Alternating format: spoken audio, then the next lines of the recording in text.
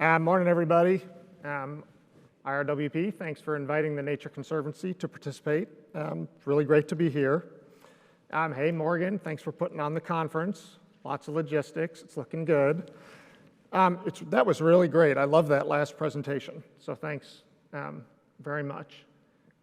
It's pretty neat to be with people who are interested in thinking about low-impact development because, I represent the downstream interests. So all of your water, it's coming our way. So I'll be providing a little bit of a different perspective. Morgan asked me to review some of the tools available to us, the community, in doing large-scale and small-scale conservation, so from a different perspective. Include some of the significant risks that we can avoid as developers and planners to utilizing some of these tools, and then some of the policy work that developed the tools over the years, and then I'll end with some examples of some large partnership projects that we're trying to tackle seemingly insurmountable big needs, opportunities, or problems in other parts of the state. And that involved a lot of money, so I'll end with that. This will all be pretty high level. I'm used to describing our own projects, but a lot of this is summarizing a lot of your work. One of my colleagues is online, Mike Slay. He's our karst director for the Conservancy in the 3 states in the Ozarks, so he may have some things to add. Mike, you may need to answer some of the questions. But really, I'm your pre-lunch entertainment, so I'll have some pretty pictures. An introduction for the Nature Conservancy, if you're not familiar with us, just so you know where I'm coming from for the topic. Private, on-the-ground land conservation organization. We mostly work with others. So work with private landowners, local communities, businesses. We're a very business-oriented organization, agencies on conservation projects and policies that benefit people. Many of you have helped the Nature Conservancy get established and grow. Many of you are members, so thank you for this. We are in every state of the U.S. And then also, anybody know where, I'll ask a few questions. Anybody know where this is? Cool Preserve, Boxley Valley, Smith Creek. Good answer, Smith Creek. I think we added 90 acres to that a couple of years ago with support from Tyson. And also in 72 countries. So the Nature Conservancy is very much like a network.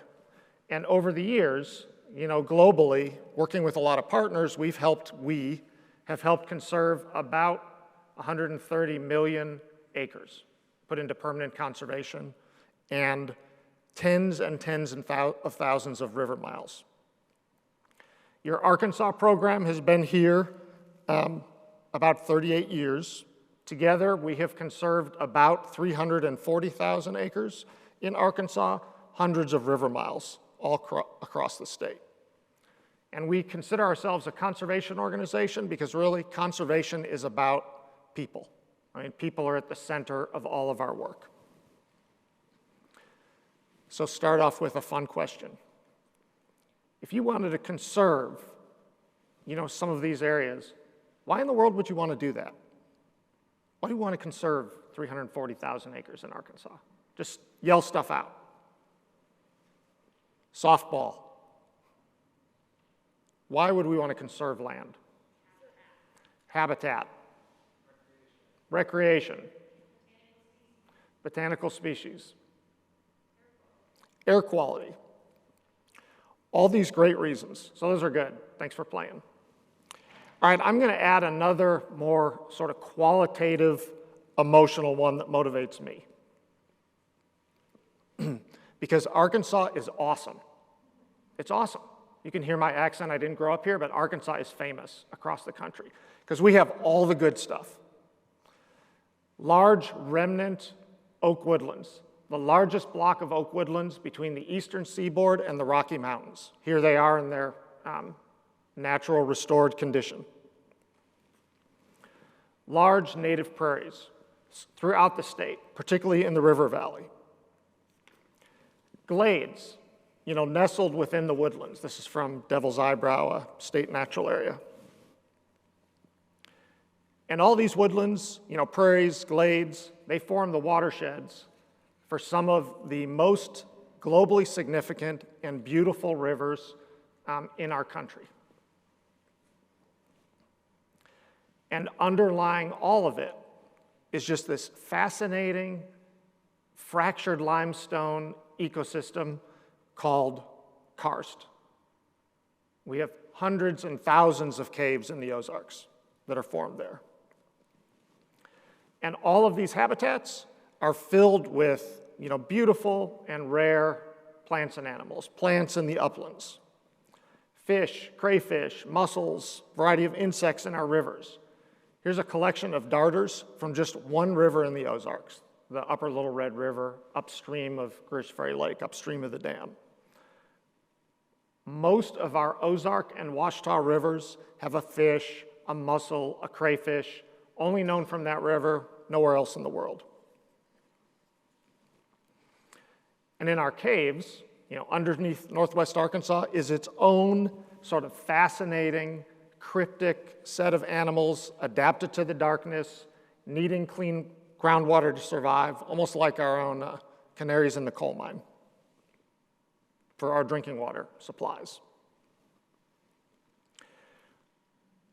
How many, here's another quiz question. How many animals and plants do you think Arkansas has that are only found within our state, nowhere else? Just an example, Missouri, I think, has one.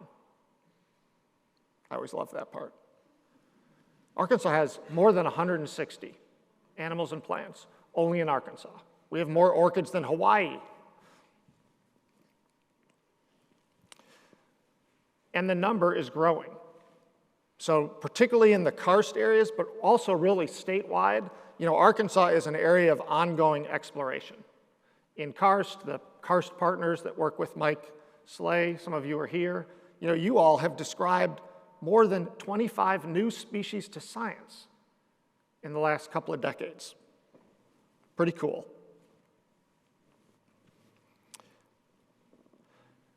So let me go over some of the tools we use in the conservation community to try and conserve, these places. A foundation for all of it is the Natural Heritage Commission's database of element occurrence records. So these are records of rare plant and animal species that are collected either by Natural Heritage Commission biologists or by the many partners or volunteers that are working across the state. They're either species or natural communities. In that database, each dot or polygon on the map represents an individual occurrence of an animal, plant, or a natural community. And it's backed up with data. Where, when, who, how many, what else was there, what time of year, what were the conditions, what was the habitat, what were the threats. And when the data is available to do so, the occurrences are mapped, as accurately as possible, so we have an idea of the whole range of the population of that species in an area. And then the data is used by many of you, but in planning at all levels. We use it extensively for conservation planning, setting up new state natural areas, new wildlife management areas, new nature preserves. But also, how we're going to design trails in some of these places, like here's an image of the map at Mount Kessler. Data is pretty dynamic as we're discovering these new things about Arkansas. There's new species added, new locations added, but if something becomes very common, it's taken off the rare species list, and the agency stops tracking it, and that's what we want.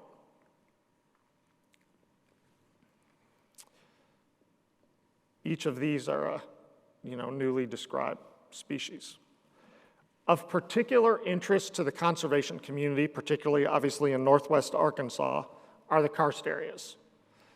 Because of the extensive karst geology that we have, there's this very close link between what goes on in the uplands and what goes on in our groundwater. And in many areas, because of the geology, the soils are so thin, pollutants transfer to the groundwater, very quickly, hours, less than an hour, mostly unfiltered. So it's something we really look at. And it not only affects our groundwater, but the species that are in there. So there's a particularly crazy group of partners at the agencies who like spending their time underground, for half a day at a time in complete darkness, working together on karst. And they work with some very, very collaborative developers and planners on how to identify these priority karst areas and conserve them.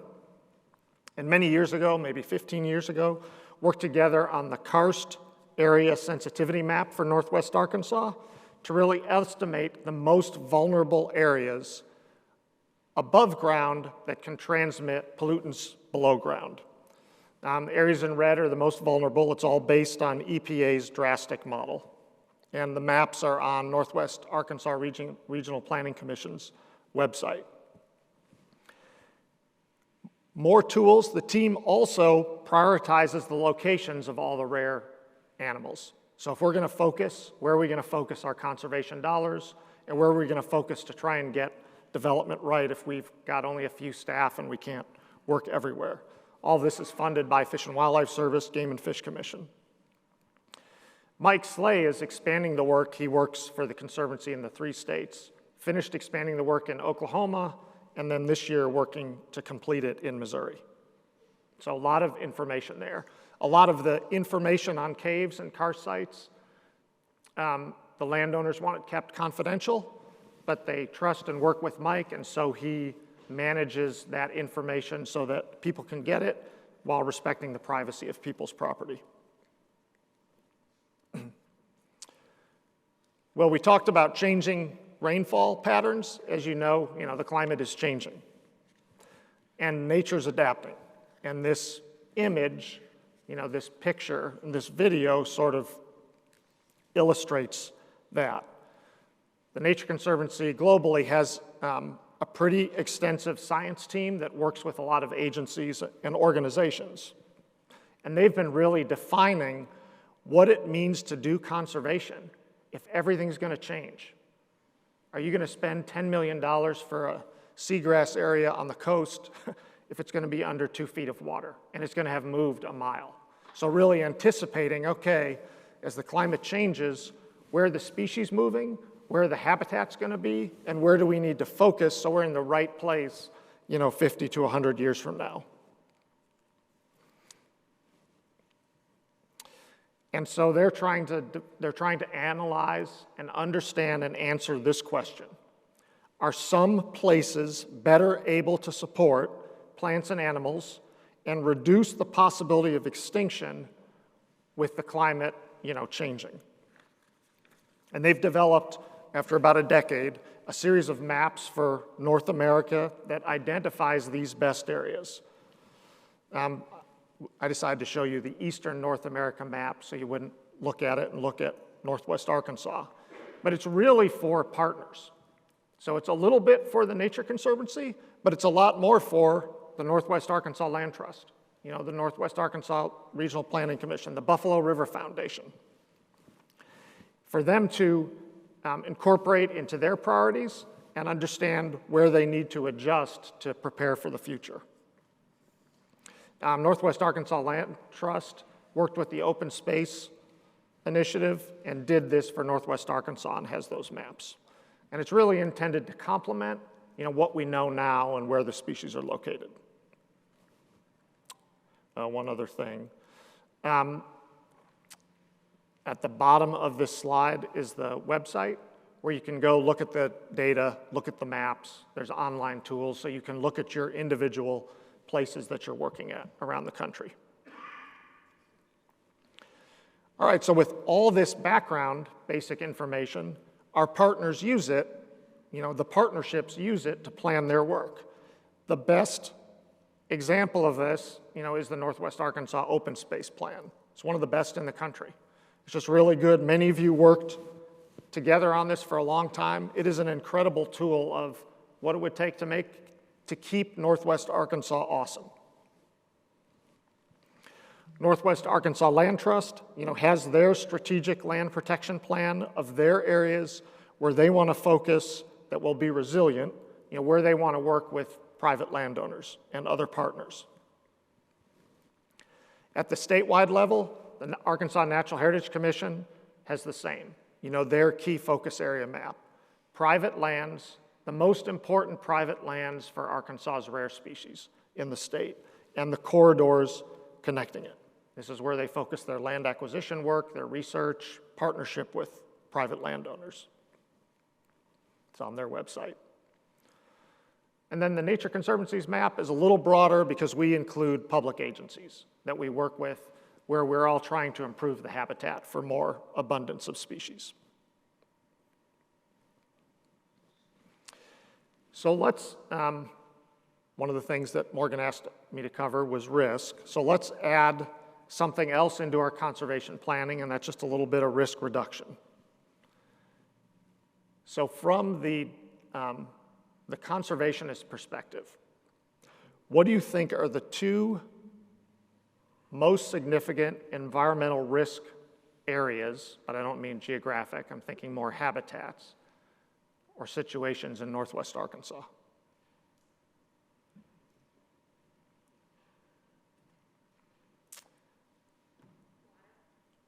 It's all about water. It's all about water. One would be karst. Well, why karst? Because sinkholes form in karst all over the world, all the time. Just as our rainfall is slightly acidic, it intersects with that porous, slightly basic limestone, and it erodes a little bit.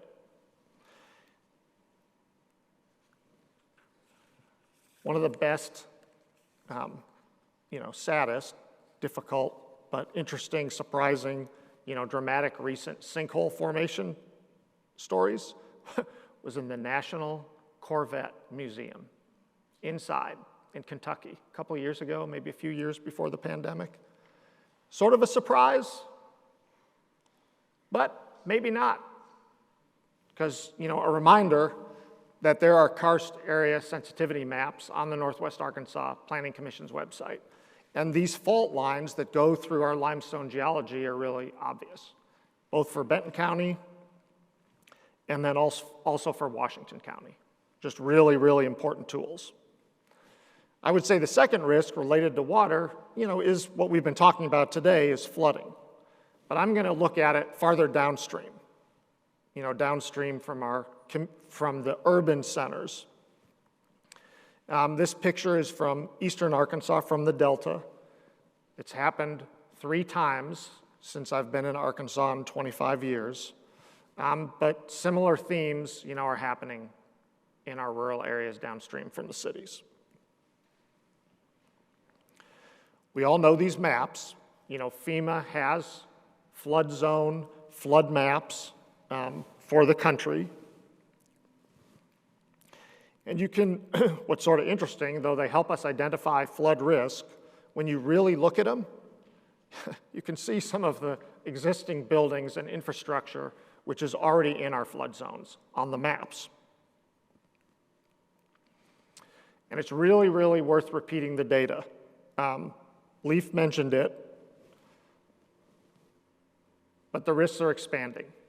So Rhiannon Hart, with the Corps of Engineers, he referenced her work, summarized this in a presentation to the Illinois River Watershed Partnership this summer, just about the increased water levels, the stream flow in the Illinois River.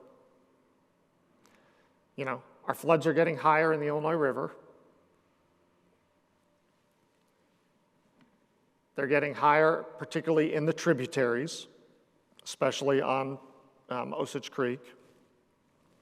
And as he mentioned, multiple 100-year floods, within the last decade.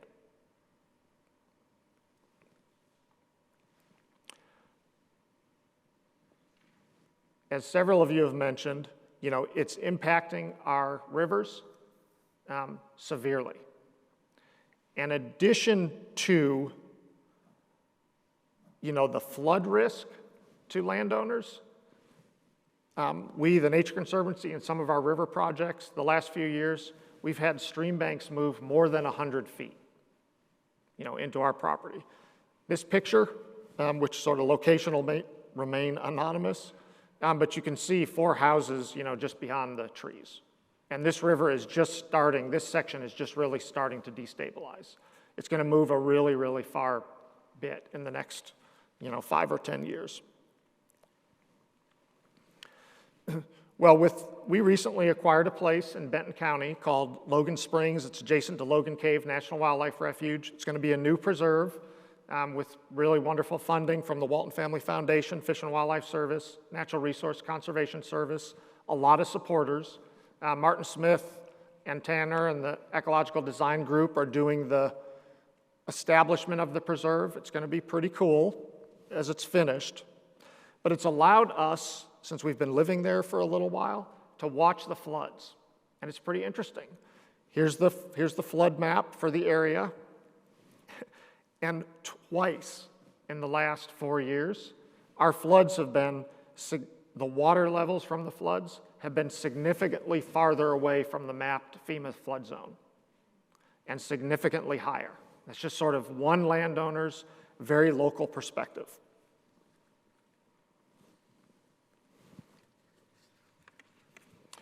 Here's an image from the last flood at the bridge. This is the Logan Bridge over Osage Creek. The flood might be like 30 feet high here, maybe even higher. And so I want to tell a story. I was with Tate Wentz over the weekend. We were at a private landowner workshop that included a session on stream bank erosion and protection and the importance of having a forested buffer. And there was a group of us standing in the floodway in a part of a sort of an agroforestry cleared pasture with a few trees. And the question always comes up, you've heard it, how wide of a strip of trees do we need to have along this river to try and protect it and to reduce water quality? I mean, how many of us have had that conversation? Like with each other, with a landowner, other organizations? And people were discussing it, saying, oh, it should be, we like 35 feet, we like 25 feet, we like 75, we like 100. And what we're almost doing, for the first time, I was just sitting there, just watching all of us talk about this, and I just thought, I just feel really silly. Because it's like we're almost negotiating, bargaining with Mother Nature. Well, guess what? If we look at it from, Mother Nature's perspective or the river's perspective, they do not care about our plans. They don't care about how we're going to use the property, how we're going to try and get a little bit more money off it, or we want to do this with our farming operation or our development or our recreation. She does not care. The frequent floods are here to stay. They're going to get higher. And for us to protect our communities, protect our infrastructure, protect our homes, protect our families, we're just going to need to start thinking like a river in the flood. I think that's probably how I'm going to start thinking about things as I do our work, and realizing that anything that the water touches, needs to be in trees or other native habitat. Because otherwise, it's just going to tear it out. Or if it doesn't, if we're not slowing it down on our property, it's just going to become my neighbor's problem. And I think this means as many trees as we can plant. This is the Cargill and Tyson did plantings at the Kings River Preserve. As fast as we can plant them, if trees are the thing that should be planted in that area. This is probably the only thing that's really going to hold the floodwaters, trap the sediment, protect our areas, and, places that we can recreate on. Well, the importance of these river corridors is something that, many of the conservation organizations and the agencies are recognizing, and it's showing up, in all the maps. So this is one that Pam Nelson did with the Northwest Arkansas Land Trust. She shared with me of the Illinois River watershed, ranking the lands that are important to maintain water quality. And the rivers and the floodplains just really show up here in green.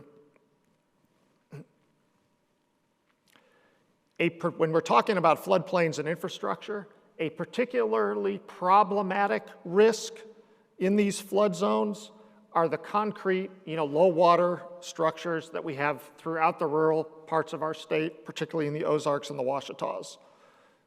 Relatively inexpensive to install, so lots of the counties and municipalities put them in.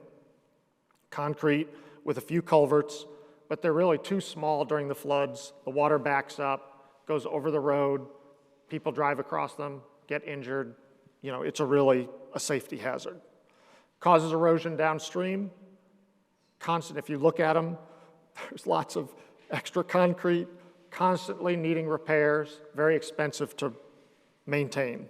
And guess what? A barrier to all those pretty fish moving up and down the whole system to their spawning beds. This is a picture, sort of a pre-picture of this project. Well, there is a partnership of agencies and organizations called the Arkansas Stream Heritage Partnership. Daryl Bowman set it up with some friends at the different agencies to try and identify these low water crossings, rank them, develop techniques and tools to replace them with something sustainable across the state. Here's an after picture of the same crossing. Separate the water, from the people as much as possible. Let the sediment and the water move back and forth. Let the fish move back and forth. So let's talk about some of the tools that we have to both, conserve the awesome areas and then also conservation tools to help address some of the risks while you all are working to address some of the risks higher up in the watershed. So simple land conservation with private landowners, either fee title acquisition. Many of the agencies have access to funding to do this. Natural Heritage Commission, Game and Fish, us, Nature Conservancy, the Land Trusts, either from public sources or also for us, people that are interested in conserving these places who donate very generously. What's great about those maps as you're working on projects is they project where they're interested in working, where they're interested in dedicating their funding, or where they're interested in trying to apply for other funding and bringing it there for somebody who wants to do a project with them. The next one on the list, retained life estate. Has anyone ever heard of those? Yep. So that is when you as a landowner donate or sell your property to an agency or a conservation organization, but still want to be there. You retain the estate to stay there for the rest of your life. We have about a half a dozen donations to the Nature Conservancy where the landowner is still there. We own the property. They donated it and they took a tax deduction for their donation, but we are not, unless they invite us, it's still, they have use of the property till they decide not to or until, they leave this earth. So retained life estate, really great conservation tool for somebody who wants to do something neat in the future, but isn't really ready to give up enjoying it right now. The next one are conservation easements. How many of you all are familiar with conservation easements? Okay, so about a quarter, a third. A really, really great flexible tool working with private landowner. It's voluntary, very flexible. How I would describe it, you think about land ownership like a bundle of rights. You've got the right to develop it, you've got the right to harvest your timber, to mine it, to subdivide it, sell it to somebody. And what a conservation easement does is it takes some of those rights that you as the landowner don't really care about for the future, or rights that are aligned to certain goals that you have, or you say, you know what, I want to keep this place natural. I don't want to see it developed. I don't want to see it clear-cut. I don't want to see it mined. And so I'd like to transfer those rights, those terms to somebody else to make sure that doesn't happen. But I still want to hunt it. I still want to hike it. I might subdivide it once or twice. And so I'll retain those rights to use. All those rights are worth something. And so they have value. Combined together, they make up the full value of the property, but they can be appraised individually. There's a few appraisers in Arkansas who have experience in working in conservation easements. But the most important thing is really, what the goals are of the landowner and the goals are of the organization. Some of the benefits that I mentioned, they're very flexible. There are tax benefits that I'll go over next. And the tax benefits for conservation easements are pretty good, but they're not good enough to just do a transaction like that on your own to try and make money. They work best if somebody has a conservation interest. They want to make sure that the land is kept natural in some way, and the easement tax benefits help tip the balance to making it, a good deal. Yeah, this makes sense now for me. Go through the process, because there is a process. Most importantly are really the goals of both entities. The landowner's goals, what do you want to achieve on your property? Why do you want to do something good for society on it?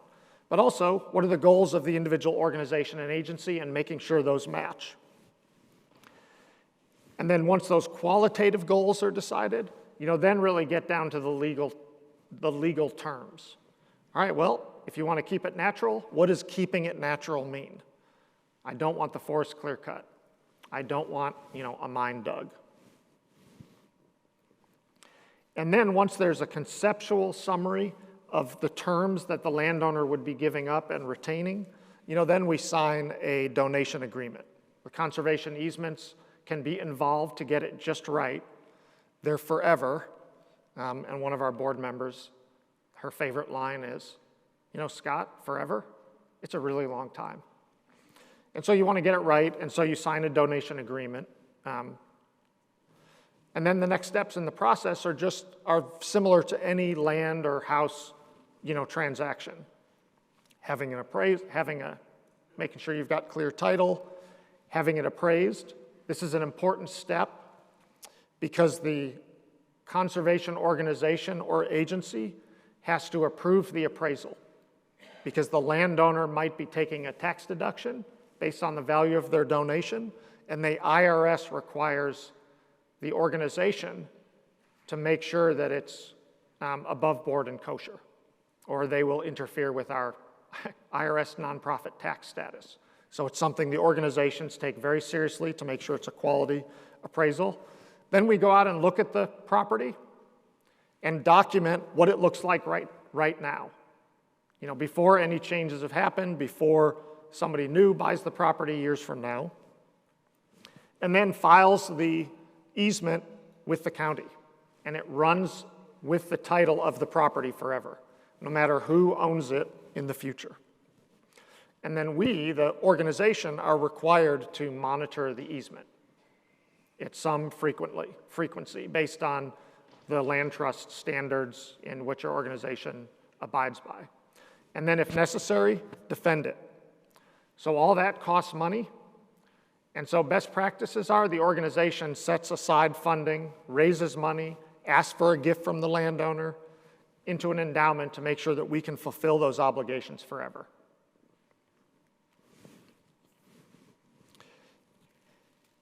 Some other interesting policy work around low water crossings and unpaved roads.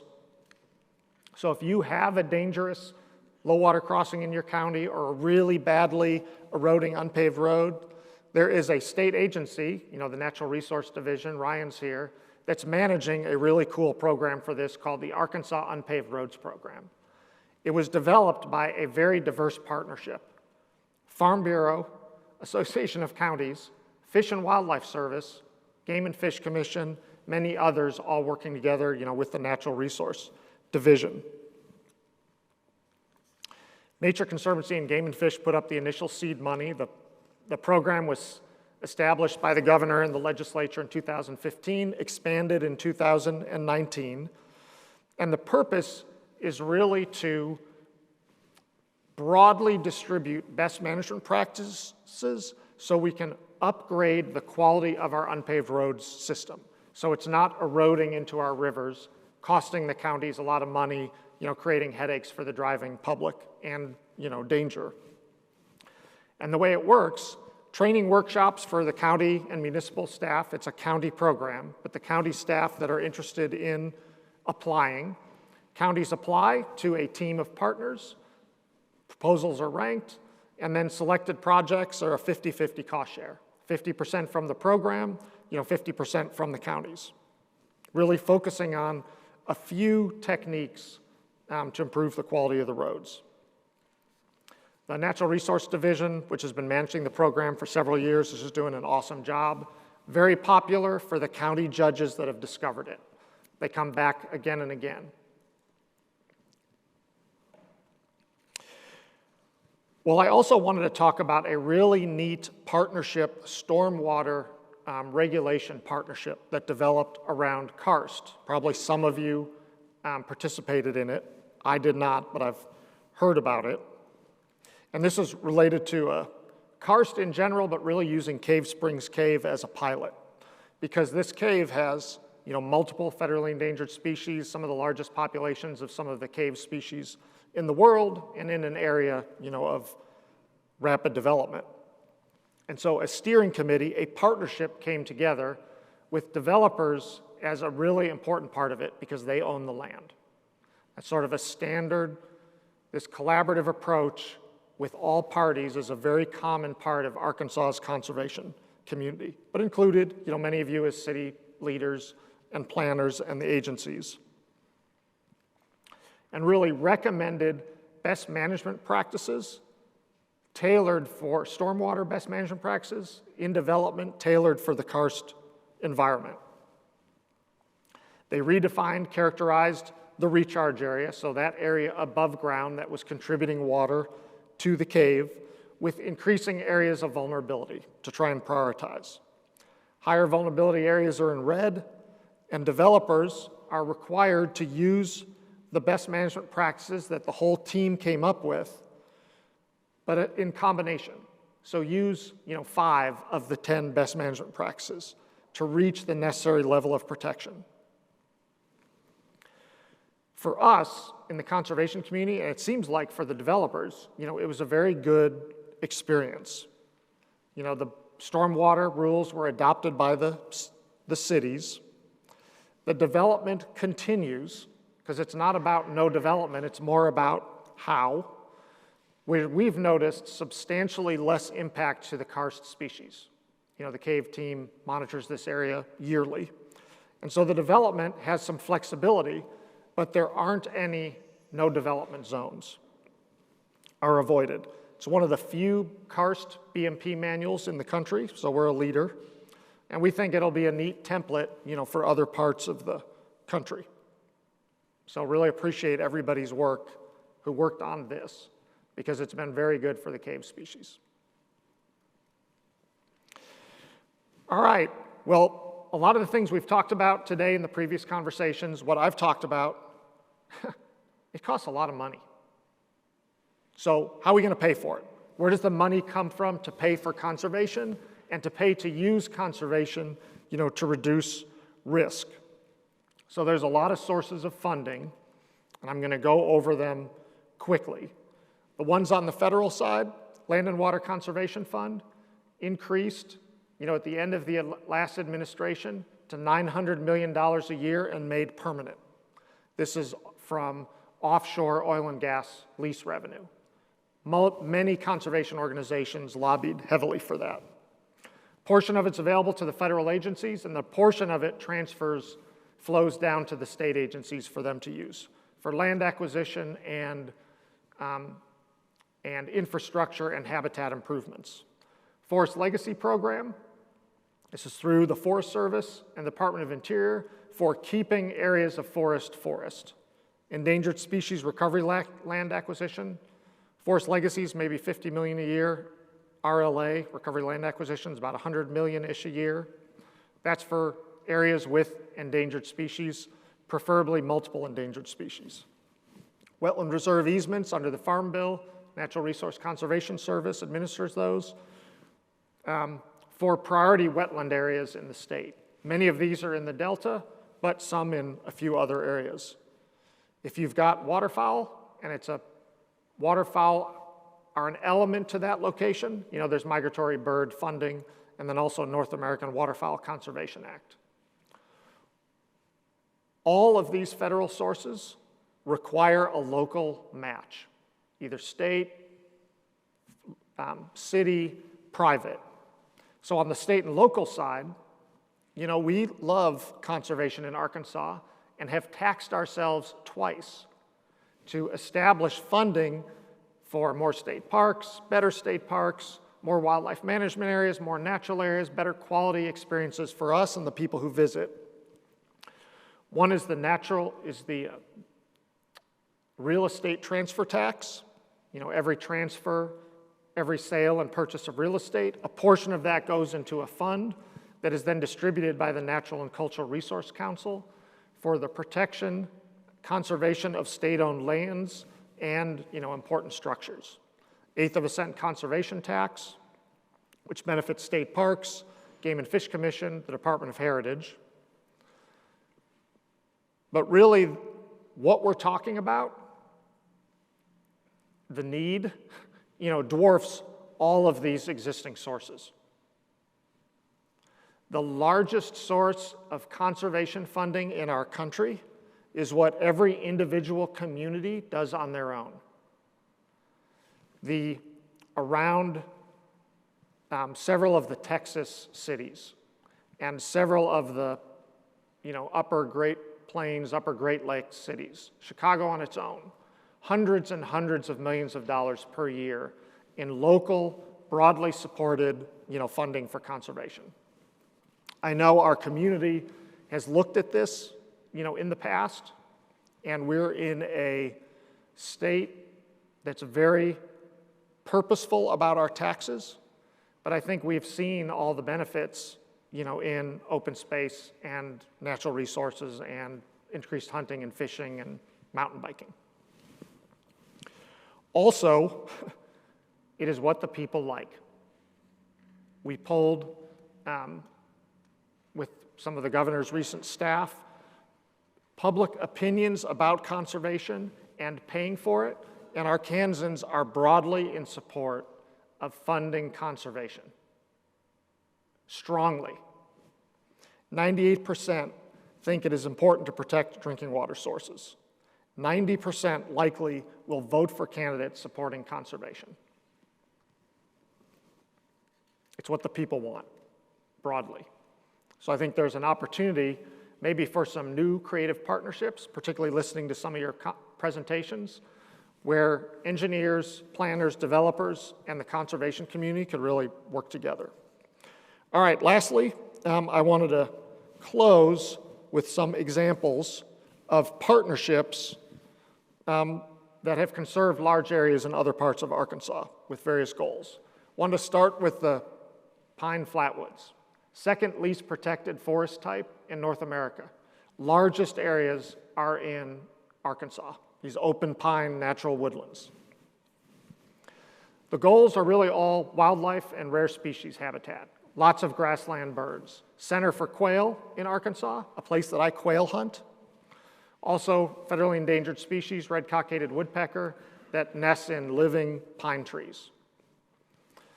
And a partnership came together while this landscape was going through a dramatic change. During the 90s, Arkansas had one of the highest rates of deforestation in the world. Millions of acres a year were being converted from native stands of pine and oak, as our timber industry grew, to short rotation pine plantations. And it's a big industry, an important industry to our state, but there are some places where we thought, it would be important for large areas of this habitat to remain. And so we developed a partnership, with the timber industries, environmental organizations working together to identify those areas and then work to attract the funding, to implement it. We set a goal of 100,000 acres and identified areas along the major rivers of the Washita and the Saline. We thought of them as like, pearls on a string, where we were going to establish these large-scale conservation areas. Did not know where the money was going to come from. But the partnership just worked together and figured it out.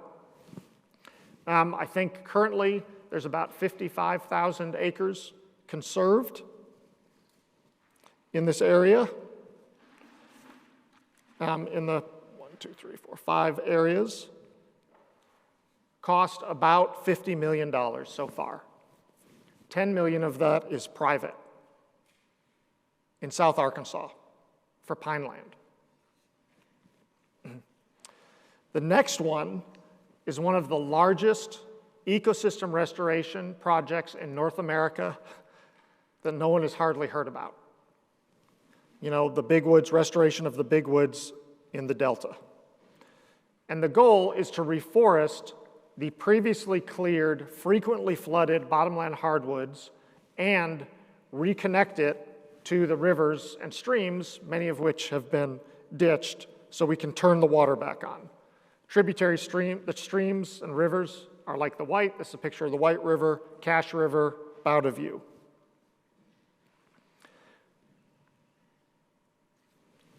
Lots of conservation planning of the partnership to identify where to get the best bang for the buck based on the needs of the species and their ranges and how they move. Tons of progress. I think the team's been working together about 25 years in different iterations since that time, and the Walton Family Foundation has really been the powerhouse behind the last, decade, has acquired conservation easements on 260,000 acres in Arkansas, reforested all of it. It's 100 million trees planted in this area, a whole new growing forest. It's going to create a new industry, a timber industry, just for these bottomland hardwoods that have been planted. What's also cool, this is sort of there's 2 elements to this related to water. Dozens of miles of relic ditches, are being restored to natural meandering streams and then connected to their floodplains. The straight line ditch has been filled in, so that really shallow, little bit of rain, that stream just gets out of its banks, accesses the floodplain, capturing a lot of sediment, a lot of nutrients. The monitoring in these show about a 95% reduction in sediment and nutrients, improvements in water quality. Traps a lot of floodwaters, attracts a lot of ducks. A big part of the drive and increase in our duck hunting industry over the last couple of decades. How much do you think has been spent in this area on this? About $270 million, more than $250 million. And the return on investment is about 6 years when you offset the crop insurance and crop subsidies alone, not even including the environmental benefits. So really good program, broad support in Congress and the Farm Bill. Well, the last example, and one other thing. I can remember when this group, was meeting in our offices, 1996, 1995, had this grand idea, had no idea where to get the money. Just started working together. Helped, one of the reasons why the increased support in the Wetland Reserve Easement Program nationally. It's because of the work being done in the lower Mississippi River Valley, Arkansas, Louisiana, Mississippi. Well, the last example is in the Maumelle Pinnacles in central Arkansas. This is a view of Rattlesnake Ridge Natural Area across to Pinnacle Mountain State Park. Currently about, can I keep going?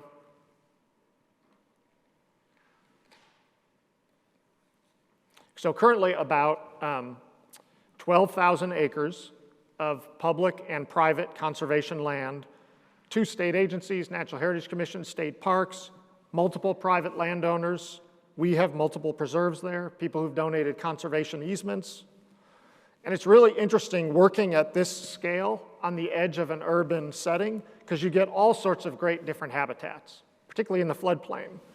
You know, fields, native grasslands, woodlands, both in the floodplain of the Little Maumelle River, you know, great forests along the river, swamps, and then up on the rocky ridges, you know, completely different experience looking across the landscape. This is looking from Blue Mountain to Rattlesnake Ridge and Pinnacle Mountain State Park, and just a place to layer on all the fun activities that we like to do.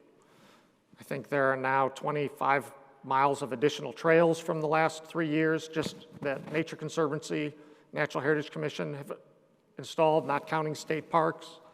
2 rock climbing areas, bolted, one for kids, one for adults. It's now a new water trail. Fishing pier from Hank's Fine Furniture. If you don't know, Hank is an avid conservationist and supporter of all things outdoors in Arkansas. Places to camp and picnic, primitive camp, just right in town. Arkansas's first floating camping platform, designed and generated, you know, by the Arkansas Water Trails Partnership and maintained by them. All the while, you know, increasing and maintaining the habitat for a whole bunch of rare species, which were part of the reason, you know, why we got into it.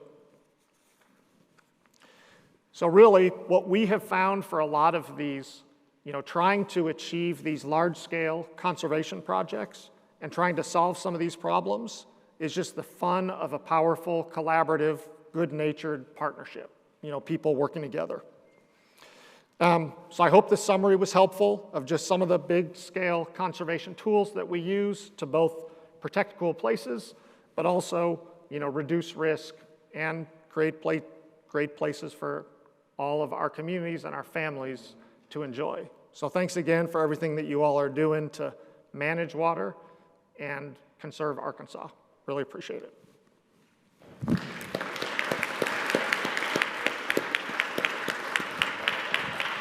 Thank you, Scott. That's great. Any questions before we break for lunch? We have a couple minutes for questions.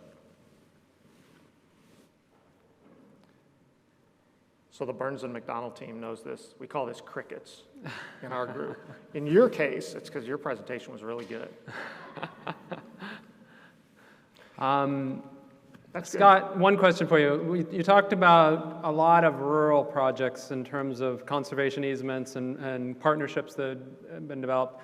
Are there any specifically that were urban? The audience here and online, a lot of us work in the urban environment increasingly, particularly here in Northwest Arkansas. Anything that you want to point to that is a really great partnership? You mentioned the Karst plan, of course. I think that I completely agree.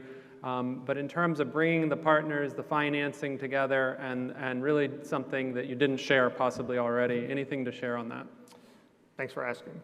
So what I'd probably emphasize is the urban component for some of them. So a good example would be Ranch North Woods, which is in the Maumelle Pinnacles. It's located behind the ranch subdivision.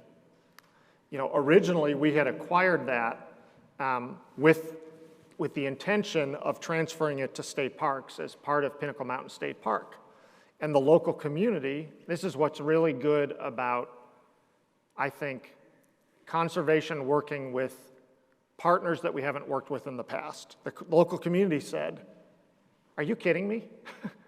We would rather not have a new entrance to Pinnacle Mountain State Park running through our subdivision."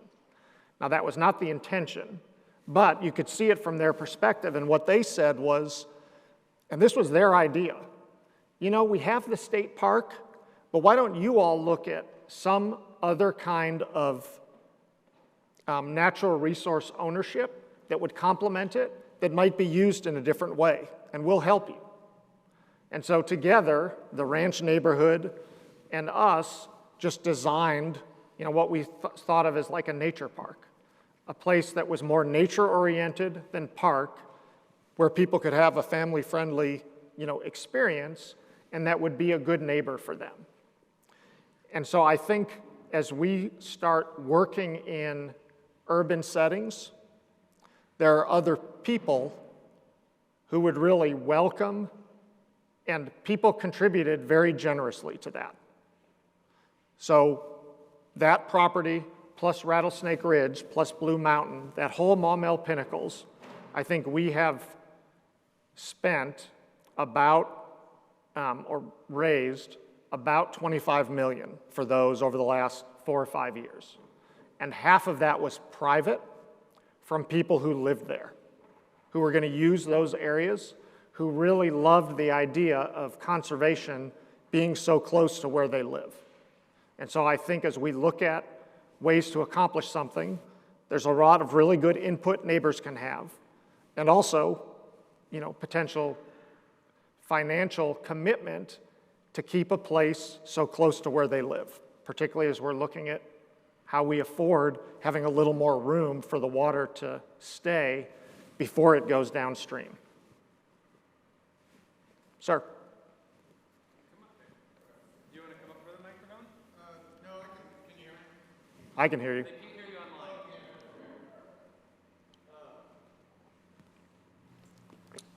The Pinewood project and the Big Wood project that you gave the data for, is it 1 million per 1,000 acres will get you 6 years of return? Is that safe to say when we're talking to public and private agencies? Because it seemed like the math worked out for both projects. Is it about 1 million for investment of 1,000 acres could get you 6 years, you know, returned?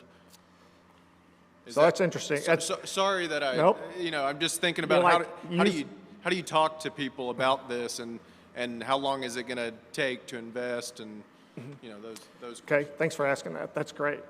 Speaking to a group of engineers, immediately you share any numbers, they're like doing the math. Okay, so yep, I guess that's about $1,000 an acre of project investment if you did the math. Yep, so rural land prices over time probably started at $300 an acre, now it's $3,900 an acre. We don't describe it in that way. We more describe it, and we did an analysis, the partnership did an analysis of how much a certain area was receiving that was frequently flooded, you know, that might have been receiving in crop insurance, you know, crop subsidies over a period of time. And then how much it costs to buy a conservation easement, you know, per acre for that land. And we were using at the time $2,900 an acre. And so and it depends a little bit on soil type. So we had to survey the entire, you know, delta, eastern Arkansas, Louisiana, and Mississippi. But over that time, for those really frequently flooded soil types, you know, that was the return on investment. Some that don't flood quite as long, you know, it's a little longer. But that's without even adding in all the other benefits. Waterfowl, you know, flood storage capacity, nutrient benefits. The elected leaders, you know, really clearly see, you know, the positive return on investment for the taxpayer, separate from all the program benefits. So that's how we did it. Thanks for asking. Any other questions? Or, yes, come on up. This is kind of a two-layered question for you. When we think about conservation programming, we know that in rural spaces that often we create a situation where, and it's a similar problem in urban areas, we create an environmental justice issue, right? Because as we build these new, more exciting recreational areas, property values are going to increase, and that creates a problem from a farm owner perspective or a rural landholder perspective, but also in an urban environment, like in Little Rock or wherever you're talking about here, this creates a situation where it makes it impossible almost for folks at the lower spectrum of our socioeconomic, you know, system to be able to not just have access to like go and recreate in these places, but to even own property in these areas. So how do you all, in your conservation planning, how do you factor in these kinds of questions, right? That's a great question. I would say that we are, the Nature Conservancy, but you know, the whole conservation community.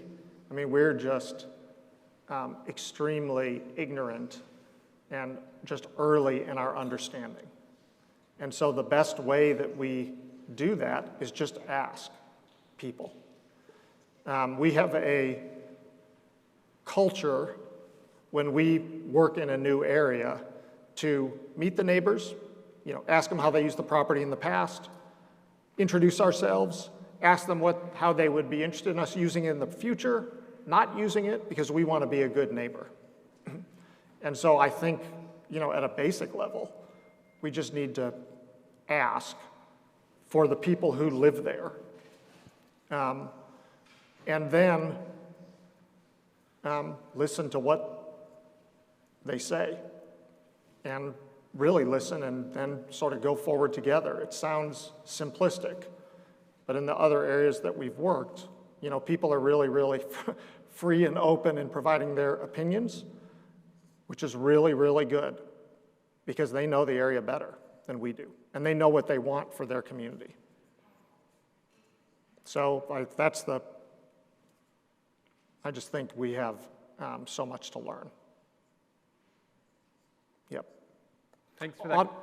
I'll say one who's just got a lot more experience is Audubon, Arkansas Audubon, Arkansas, with the part of town in Little Rock, that their conservation property is. They're working with people, from different communities than a lot of the rural communities that we work in a lot of our larger preserves. Interestingly, at our projects in Little Rock, there's a really diverse community of people that are using them. A lot of them were started just before the pandemic, and so we haven't really had the programming to interact with people, but that'll be one of our first questions. What do you like about this place? What should we be doing different? So we understand, what people want. Thanks for asking. Good question. Other questions? Maybe just along that line, I think there's the open space plan really tries to tackle that issue a little bit with access particularly. I think some of the municipal governments here are also looking at that very closely and trying to address it. Affordable housing as well as access in public recreational areas. So I think there's good progress in that direction, but we're still learning, as Scott said. Last call for questions. Anything online? Nothing online? All right, so let's talk about logistics. Thank you, Scott. Thanks, everybody.